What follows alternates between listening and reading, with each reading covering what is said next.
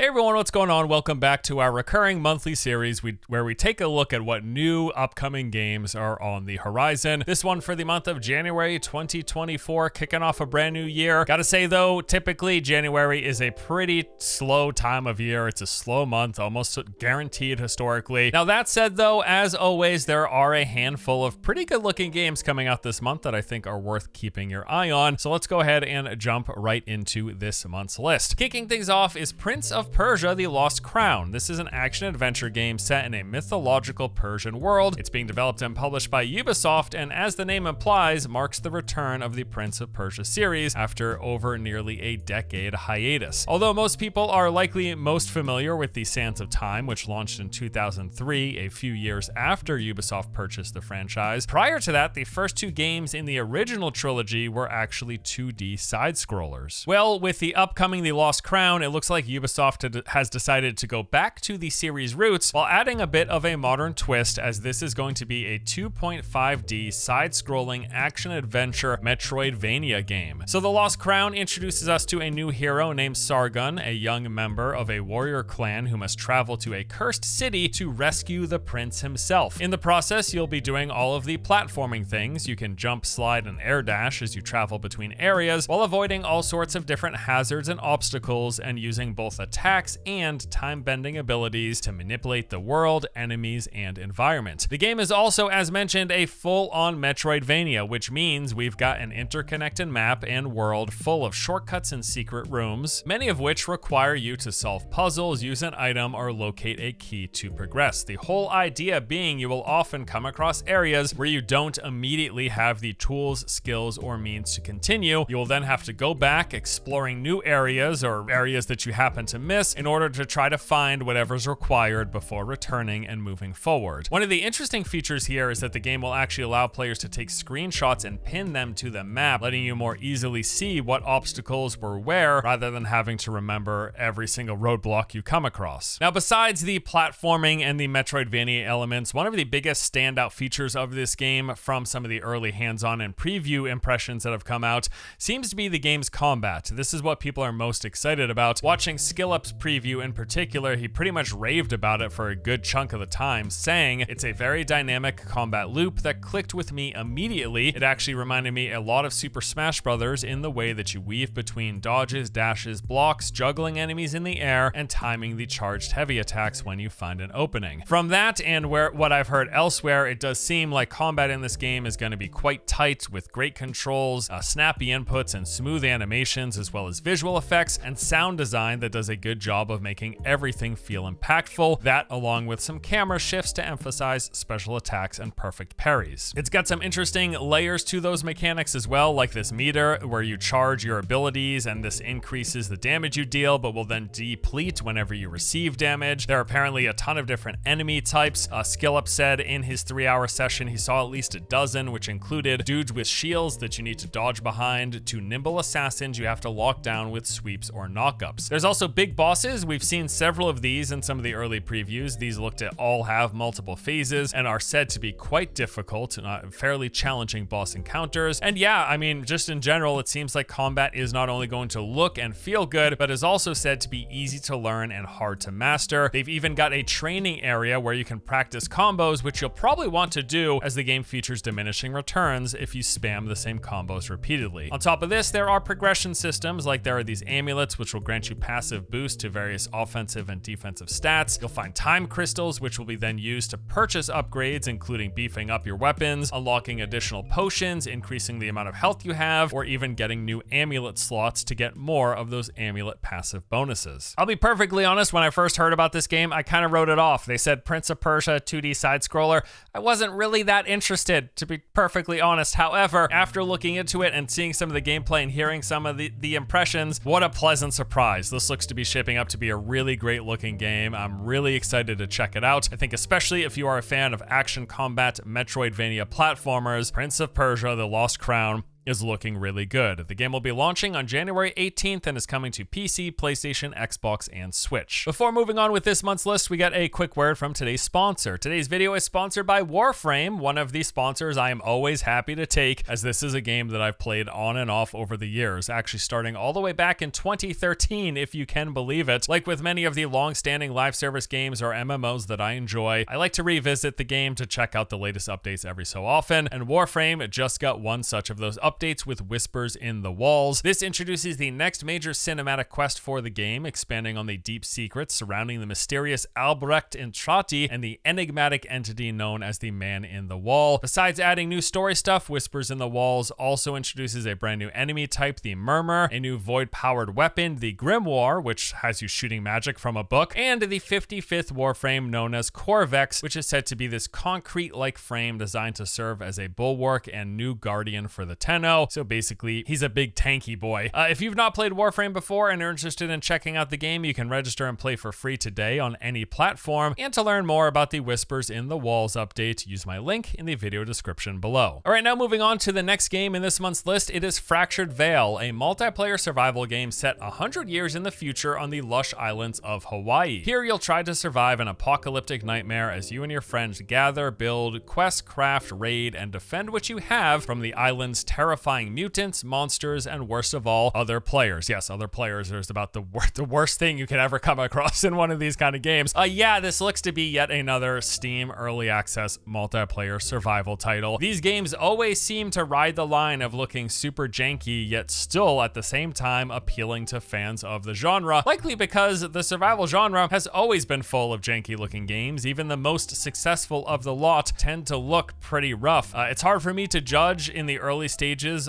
where this will fall on the side of good jank or bad jank. We'll have to wait until release to know for sure. But anyways, some of the noteworthy features of Fractured Veil include a fully open world based on real topographical data from Maui. This was actually used to construct the game's 64 square kilometer map, which they then filled with procedural building, road, and river systems to create a real world inspired but unique environment. There's dynamic weather and day-night cycles that will create unpredictable hazards, and then beyond environmental dangers, you'll have to take care for the island's mutants, monsters, and yes, other players that are surely there to ruin your day. And the game's got this thing where there are AI drones that patrol the map and stream live to Twitch TV 24/7, focusing on all of the game's PvP, VE activities. I guess you can tune into these drone streams for a unique view of the game in real time.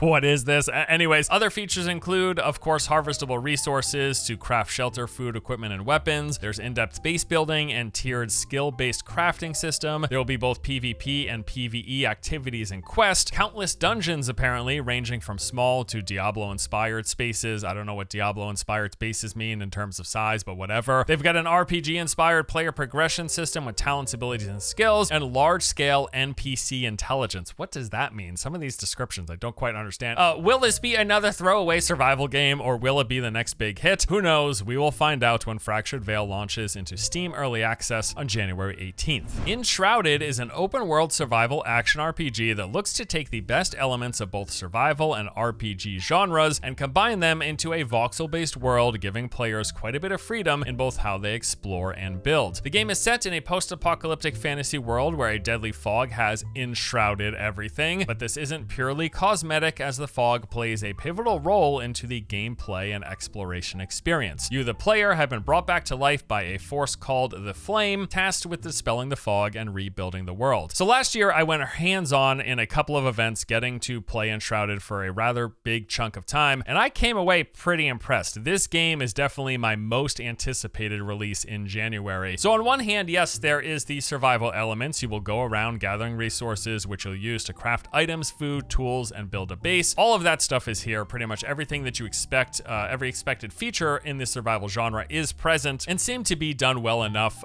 when I got to play the game. There's some things I think they could polish up and fine tune, but overall it was a pretty sufficient survival game in terms of those features. But what I am most excited about is the fact that a lot more of the focus in Enshrouded is on this adventure RPG systems with a world, mechanics, and systems and features that really emphasize exploration, the combat, and character progression. While most survival games opt for procedural world generation, Enshrouded is entirely handcrafted. All of the terrain, points of interest, items, puzzles, boss locations, everything about the game is the same for everyone who plays it. Playing last year, even with the restrictions that were in place for the version of the game we tried, there was still a lot to see and do. Tons of points of interest and places to explore. There were ancient ruins, dungeons and castles, caves and underground caverns, all sorts of makeshift camps and compounds full of enemies. We saw massive towers that had jumping puzzles, abandoned buildings in town, there were farms and salt mines, just a lot of variety in what was a relatively refined play space. So I'm super excited to see the rest of the game. But probably the biggest standout feature that fuels the game's sense of exploration is the fact that about half of the whole play space is enshrouded. Basically, the game is divided into two major sections. The highland areas where you're able to freely roam without restriction, but then also just as many lowland valleys and ravines that are all encompassed in a thick fog. This fog comes with a timer that you can refresh through a few different means, but in general, it's meant to sort of create a push and pull of you preparing, going out, exploring the fog, and then returning before you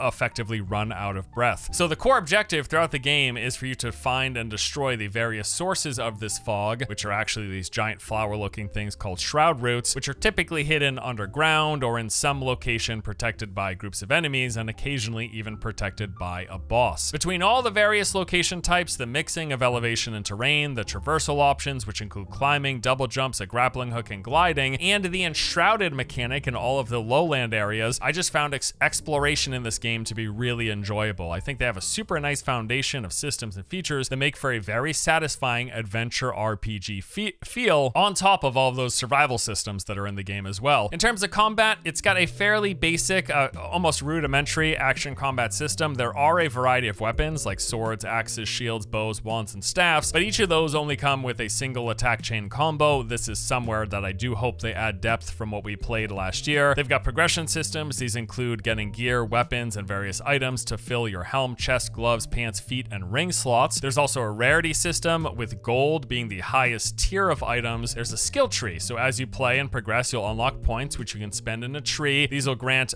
new abilities like the ability to sneak attack, to do a blink, or even execute stunned enemies. And then there are also ones that give you powerful passive bonuses like flat % damage increase for melee ranged and spells, reducing the resource cost for abilities, or even things like pacifying nearby wildlife. Other features of the game include there is a main story narrative quest line. This takes you through the various points of interest, unlocking new systems and features. As mentioned, there is all the crafting survival stuff. You have field crafting, workbenches, blacksmithing, alchemy, and more to go along with that. There's the harvesting mechanics, and the game features multiplayer with servers supporting up to 16 players. Now, as I said, and as you could probably tell by me droning on about this game, Enshrouded is easily my most anticipated release of this month. I did have some feedback and points of improvement suggestions from playing the build from last year, but generally, overall, I really enjoyed the game. I had a super good time, and I'm really looking forward to its upcoming release. Enshrouded is scheduled to enter Steam Early Access on January 24th. The Quinfall is a new MMORPG developed by Varek Technology Inc., a studio that was founded in January 2021 who, quote, aims to bring innovation to the video game industry with advanced technologies and AI systems. Okay. In The Quinfall, they say that you'll embark on an adventurous journey exploring the world, taking part in unique battles, and experiencing an immersive story with dozens of different professions in the depths of medieval times. As for the game's systems and features, they claim to have built the world's largest MMO map with an area of 2,016 square kilometers. That is a lot. To put in perspective, the last time I checked, World of Warcraft, with all of its expansions, has a playable surface area of about 207 square kilometers. So Quinfall with 2,016 is nearly 10 times the size of all of WoW. How much of that is going to be barren landscape? Who could tell? I could make a fair guess, but anyways, they say this map consists of 5 regions with their own climates, changing weather, and a day-night cycle. It's got a population of plants and animals that will fluctuate. Floods and droughts can happen. Cities will be spread all across the world and found on cliffs, shores, mountains, and even underground. You'll be able to visit player shops and taverns that were built by players, play board games or mini games with others, and even make your own music. You can build your own home and decorate it as you please. They've got a sea, which is apparently as big as the open world. You will build ships and sail to new islands, fighting giant enemies and the elements such as wind and huge waves. You'll also encounter other players and pirates. Combat is said to be action-based with a light and heavy attack, dodge, block, and other abilities. We've seen various weapon types like sword, shields, bows, daggers, staffs, two-handed swords, and great axes. There are apparently going to be plenty of PvE activities, from basic enemies to huge bosses like sandworms, krakens, dragons, floating metal monsters, and more. There's also open PvP with various types of medieval combat like ship battles, island skirmishes, and castle sieges. And one of the final bullet points on their Steam page says that they've really focused on optimization and performance, and we can expect smooth gameplay even in high player counts and crowded environments. Now, I gotta say, I had quite a few people ask me why the Quinfall wasn't featured on my list of every upcoming MMO coming in 2024. To be perfectly honest, it completely fell under my radar. I actually had no clue that this game was launching so soon, and looking at the gameplay footage in their most recent trailer from a few months back, I'm left a little skeptical, to be perfectly honest, as to how good this game is going to be. And not helping matters is the developer's mission statement on their website, which says they are going to present the biggest MMORPG universe in the world to the global audience with their new game Quinfall, and then in upcoming years, they aim to adapt real life to the digital world by creating a sandbox MMO world on a scale never seen before. What is that even trying to say? Now, that statement, combined with their stated focus of AI tech and the fact that the studio was founded only 3 years ago, leaves me a little dubious to their claim that Quinfall will be the biggest MMO universe in the world, unless they're just talking about sheer map size, which, yes, I mean, 2,000 square kilometers, that is a large map. How good is this game going to be in terms of its MMO systems, features, its depth, the level of detail, the combat?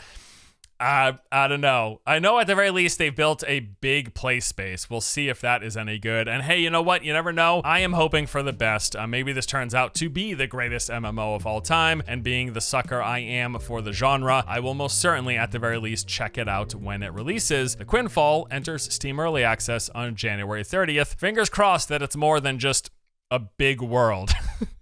They've got that done. Great. Okay. Have you ever wondered what it would be like to have a game that was just like Pokemon, but with guns? Well, let me introduce you to Pal World, a multiplayer open world survival crafting game where you'll fight, farm, build, and work alongside mysterious creatures called pals. Pal World's list of features include survival. You'll search harsh environments, scavenging for food and other resources while fending off dangerous poachers and creatures. Mounts and exploration. Pals can be mounted to traverse the land, sea, and sky as you explore the world. You'll build structures, all sorts of bases, which are constructed by putting your army of pals to work. In the official description on the Steam page, it says, don't worry, there are no labor laws for pals. There's production and farming. You'll use your pals to make fire, generate electricity, mine ore, plant seeds, and water crops. You can even build a factory, place your pal in it, and they will keep working as long as they are fed or until they die. What?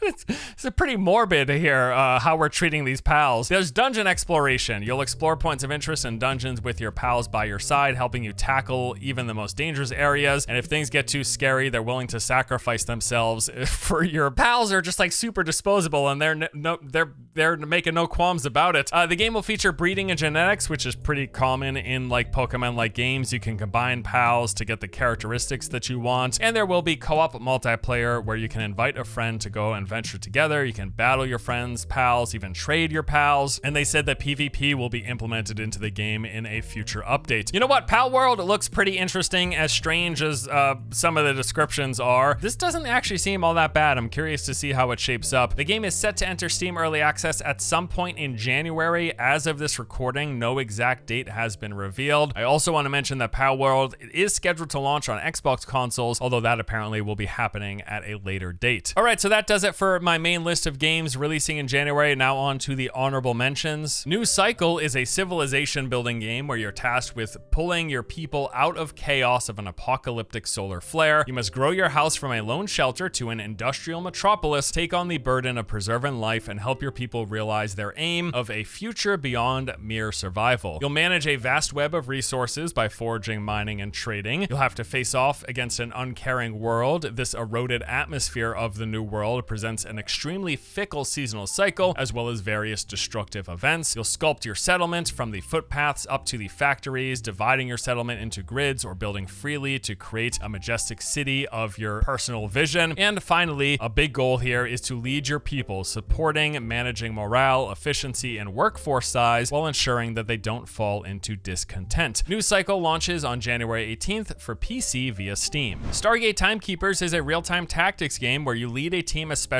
through a story-driven campaign set in the SG-1 universe, sneaking your characters behind enemy lines, using their unique skills, and crafting the perfect plan to unravel a time loop mystery and defeat the world's biggest threat. The game departs from the end of Season 7 of the Stargate SG-1 main plot to create an original story unfolding over 14 narrative-rich missions. You'll lead a team of specialists operating behind enemy lines, using your character's unique skills to come up with perfectly synchronized plans to overcome warriors, generals, officers, and many new and original enemies. There'll be 6 playable characters, each with their own unique abilities. You'll have to play smart and combine these abilities to silently eliminate your enemies in quick succession. They've even got this tactical mode that allows you to synchronize your actions perfectly. Stargate Timekeepers will be launching on January 23rd, coming to PC. Like a Dragon Infinite Wealth is the 9th mainline entry of the Like a Dragon series and the direct sequel to Yakuza Like a Dragon from 2020. Similar to Yakuza, the game employs a turn-based combat system for all playable characters. Each character can choose from a multitude of jobs, which act as classes that grant them distinctive perks and playstyles. In addition to returning mini-games like karaoke and darts, there are new mini-games such as Crazy Delivery, a food delivery game inspired by Crazy Taxi, Sujamon Battle, which is a Pokemon parody game, and Mismatch, which is a dating app. Another major side activity is called the Happy Resort